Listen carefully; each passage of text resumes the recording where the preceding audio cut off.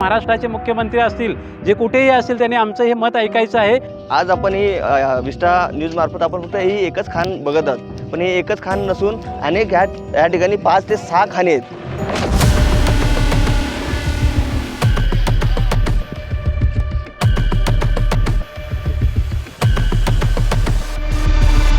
बघून घ्या, डोळे उघडून बघून घ्या, याला म्हणतात विस्टा न्यूज मराठीचा दणका। ज्या खान माफियांनी डोंगरच्या डोंगर गिळंकृत केले, ज्यांनी कायद्याला आपल्या खिशातल्या पैशांसारखं समजलं, त्यांचं साम्राज्य विस्टा न्यूजच्या एका बातमीनं चक्काचूर झालं आहे। ताकास्तूर लागू न देणाऱ्या प्रशासनाचं साठवलोट आम्ही चव्हाट्यावर आणलं आणि अवघ्या काही दिवसात खान माफियांना त्यांची जागा दाखवून दिली। 15 वर्ष अगोदर इथे थोडंसं काम, छोटंसं काम चालू होतं। आता भयानक एकदम भयानक रुद्र अवतार घेतलेला आहे। जे खाणी मालक आहेत त्यांच्यावर दंड वसुली केली पाहिजे आणि त्यांच्यावर कारवाई झाली पाहिजे। विस्टा न्यूजची धार आणि कासेखोलच्या गणेशनगर ग्रामस्थांचा निर्धार। अखेर तहसीलदार तळा यांना झुकावं लागलं।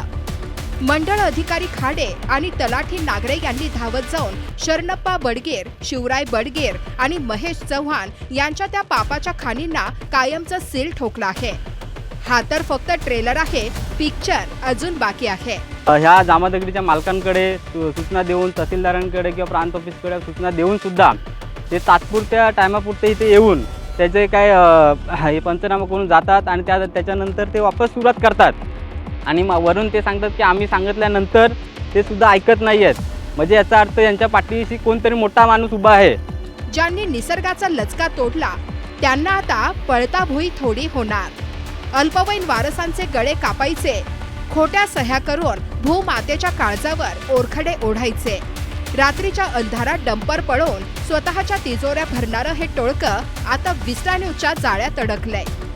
भ्रष्ट अधिकाऱ्यांच्या जीवावर उड्या मारणाऱ्यांनो, लक्षात ठेवा, आता तुमचा हिशोब होणार आणि तोही जनतेच्या दरबारात। इकडचे ज्या कोकणातील भोल्या माणसाला फसवून ह्या जमिनी सुद्धा त्यांनी आज नावावर करून सरस अगदी मोठ्या प्रमाणात आज उत्खनन केलेलं जातं। नुसतं सील ठोकून आमचं समाधान होणार नाही। विस्टा न्यूज मराठीचा आता एकच ॲक्शन प्लॅन आहे, तो म्हणजे या महालुटीच्या सूत्रधारांचा कायमचा बंदोबस्त। गेल्या कित्येक वर्षापासून ह्या आमच्या गणेशनगर, काशेकोल ह्या पंचकृषीमध्ये ह्या खननखाणीचं मतलब जांबादगड खोदकामाचं काम चालू आहे आणि त्या दरम्यान जे होणाऱ्या नुकसान आहे, आमच्या नैसर्गिक संसाधनाचं नुकसान आहे। आज आमच्या शेतीवर परिणाम झाले, इथं पियाचे पाण्याचे प्रॉब्लेम झाले, रोडची रस्त्याच्या अधिकृत नसताना सुद्धा 10 टायर 6 टायर अशा गाड्या वाहतूक होते, त्यामुळे रस्त्यांची खूप इथे वाट लागलेली आहे। इथे पूर्ण शेतजमिनीची पूर्ण वाट लागलेली आहे आणि ह्या दरम्यान आम्ही खूप वारंवार ह्या जामादगडीच्या मालकांकडे सूचना देऊन, तहसीलदारांकडे किंवा प्रांत ऑफिसकडे सूचना देऊन सुद्धा ते तात्पुरत्या टायमापुरते इथे येऊन त्याचे काय हे पंचनामा करून जातात आणि त्याच्यानंतर ते वापस सुरुवात करतात आणि वरून ते सांगतात की आम्ही सांगितल्यानंतर ते सुद्धा ऐकत नाही आहेत।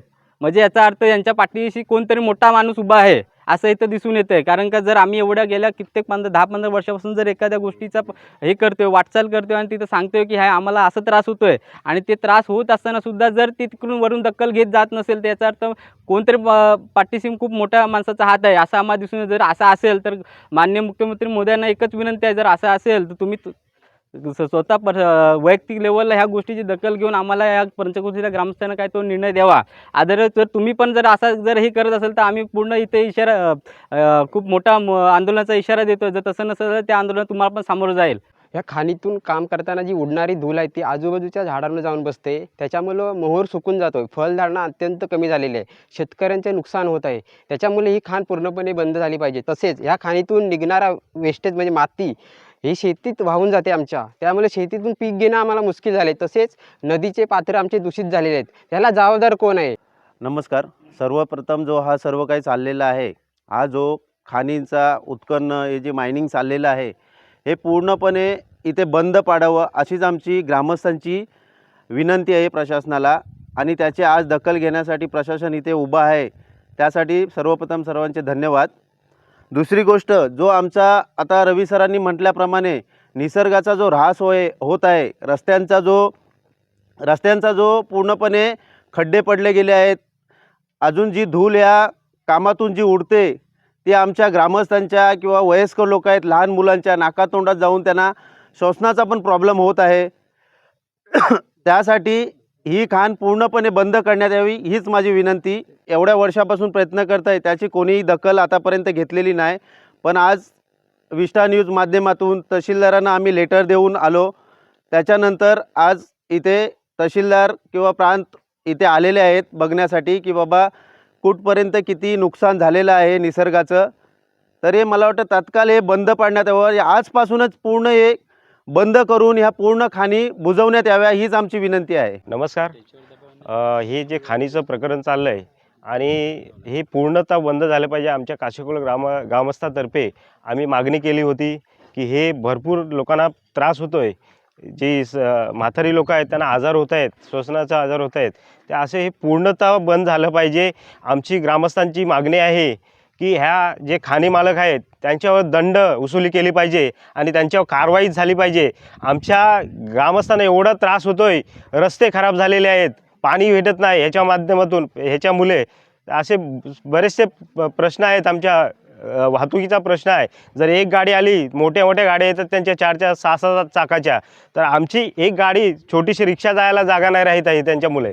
आणि असे आत्ता पण एक हे झालं, ॲक्सिडेंट झालं, असं प्रकारचे बरेचसे होऊ शकतात. तर माझी कळकळीची विनंती आहे मुख्यमंत्र्यांना आहे, आमदारांना आहे, सर्वांना की हे पूर्णत्व बंद झालं पाहिजे आणि ह्या जे खाणी मालक आहेत त्यांच्यावर दंडात्मक कारवाई झाली पाहिजे. नमस्कार.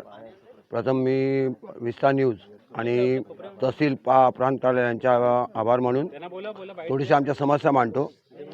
सर्वप्रथम एक 15 वर्ष अगोदर इथे थोडंसं काम, छोटंसं काम चालू होतं. आज त्याचं भयानक एकदम भयानक रुद्र अवतार घेतलेला आहे. ते आपण यांच्या माध्यमातून आपण बघितलेलंच आहे. आज इथे 2 घरं होती, तिथे 25 घरांची वस्ती झालेली आहे. ह्या लोकांची बाहेर राहणीमान वगैरे वेगवेगळं आहे. आमच्या हक्काच्या पाण्यामध्ये त्यांनी पाणी वगैरे घेत आहेत. लाईट घेतलेली आहे, कोणत्या परमिशनने घेतलेली आहे. पुन्हा यांचा जो अतिक्रमण आहे, जशा गाड्यांमुळे होणारा आम्हाला त्रास, खड्डे पडतात. नवीन रस्ता बनतो, त्या नवीन रस्त्यावरती यांचे डंपर वगैरे जातात. न परमिशन असताना पण डंपर वगैरे जबरदस्ती घेऊन जातात. त्यामुळे होणारा अपघात, बाकीचे दुष्परिणाम, झाडांमध्ये दुष्परिणाम होतात, माणसांमध्ये दुष्परिणाम होतात. ह्यांना परमिशन देतो कोण? सरकारने खणखणून जागा होऊन या परमिशनकडे लक्ष द्यावं की कुठल्या परमिशन तुम्ही दिलेल्या आहेत. आज यांना पोल्युशन कंट्रोल बोर्डचं लायसन्स कोणी दिले? लायसन्स प्रमाणपत्र आहे का यांच्याकडे? आणि एवढी परमिशन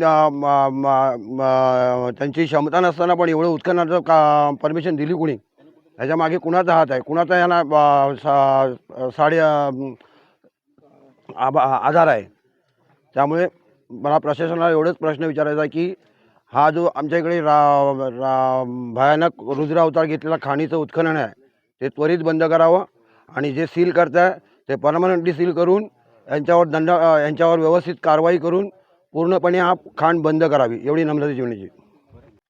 रायगड जिल्ह्यातील तला तालुक्यातील मौजे, गणेशनगर या पंचक्रोशीतील अगदी जे गाववाडी आहे त्या गाववाडीच्या बाजूला लगतच जे काही जमीन उत्खननचं काम मोठ्या प्रचंड प्रमाणात गेले अनेक 10 ते 15 वर्ष सतत कुठल्याही गोष्टीची नियमाची पायमल्ली करत असताना हा जो काही मोठ्या प्रमाणात जी उत्खनन आज ह्या ठिकाणी चालू आहे आणि या उत्खननमुळे आमच्या ह्या गरीब शेतकऱ्यांच्या आजूबाजूला असणारी ज्या काही जमिनी आहेत ह्या जमिनी जिथे लोक आपली पोट भरत होती, अनेक वर्षानुवर्षे इथे नाचणी भात एक चांगल्या प्रमाणात पिकत होता, त्याच्यावर आज ह्या अधिक उत्खननामुळे काय झालेलं आहे तर ती जमीन नापीक झालेली आहे. आज आमच्या इथल्या शेतकऱ्यातील भागातल्या लोकांनी ह्या पोटासाठी कुठे जायचा हा मोठा प्रश्न निर्माण असताना अनेक वर्ष आम्ही त्याचा पाठपुरावा सतत ग्रामस्थ मंडळ ह्या पंचक्रोशीतील अनेक वेळा अगदी शासकीय असेल या ठिकाणी जाऊन किंवा अनेक राजकीय लोकांकडे जाऊन ह्या प्रमाणात मागणी करून सुद्धा ह्या कामाला कुठेतरी